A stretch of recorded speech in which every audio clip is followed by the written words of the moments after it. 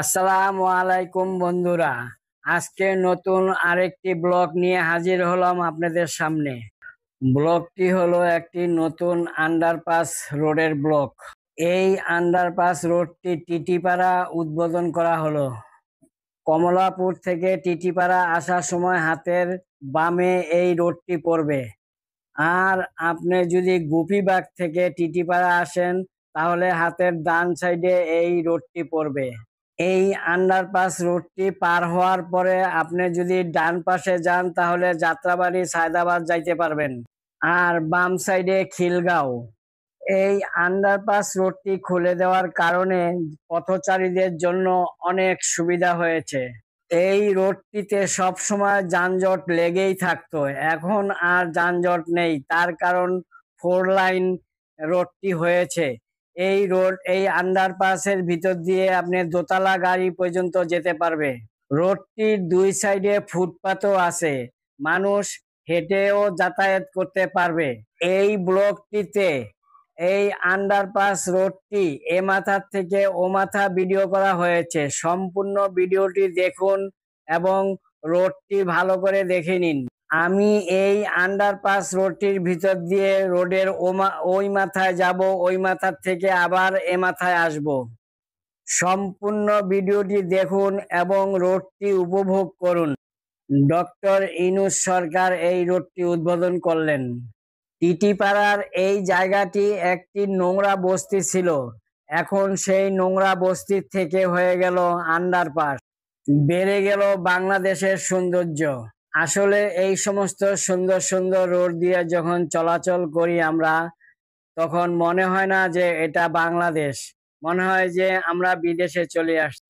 বাংলাদেশে এত সুন্দর সুন্দর রোড, এত বড় বড় 4 লাইন হওয়ার পরেও যানজট কমে না। এই আন্ডারপাস রোডটি দিয়ে দোতলা বাসও যাতায়াত করতে পারবে। ভিডিওটি সম্পূর্ণ দেখুন এবং লাইক কমেন্ট শেয়ার করুন। যারা সাবস্ক্রাইব করেন নাই, সাবস্ক্রাইব করুন। এখন আপনারা ভিডিওটি দেখতে থাকুন এবং এই আন্ডারপাস রোডটি উপভোগ করুন। আর সাবস্ক্রাইব করতে ভুলবেন না যেন। গাড়ি ঘোড়া কিভাবে যাচ্ছে দেখুন।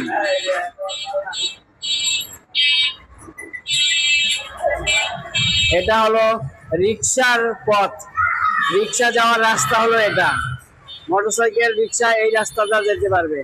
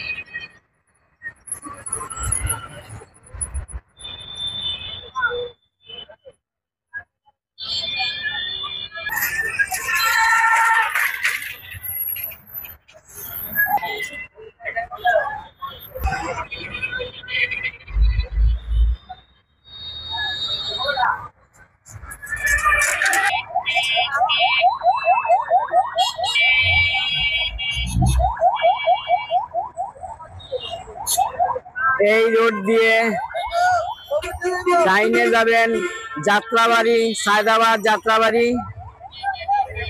এদিকে হলো সায়দাবাদ যাত্রাবাড়ি, আর এই বামে হইল খিলগাঁও।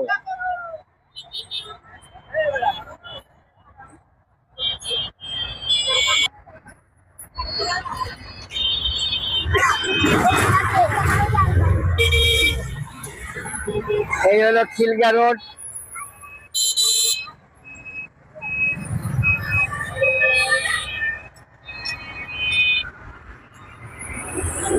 আর এটা হলো যাত্রাবাড়ি সায়দাবাদ।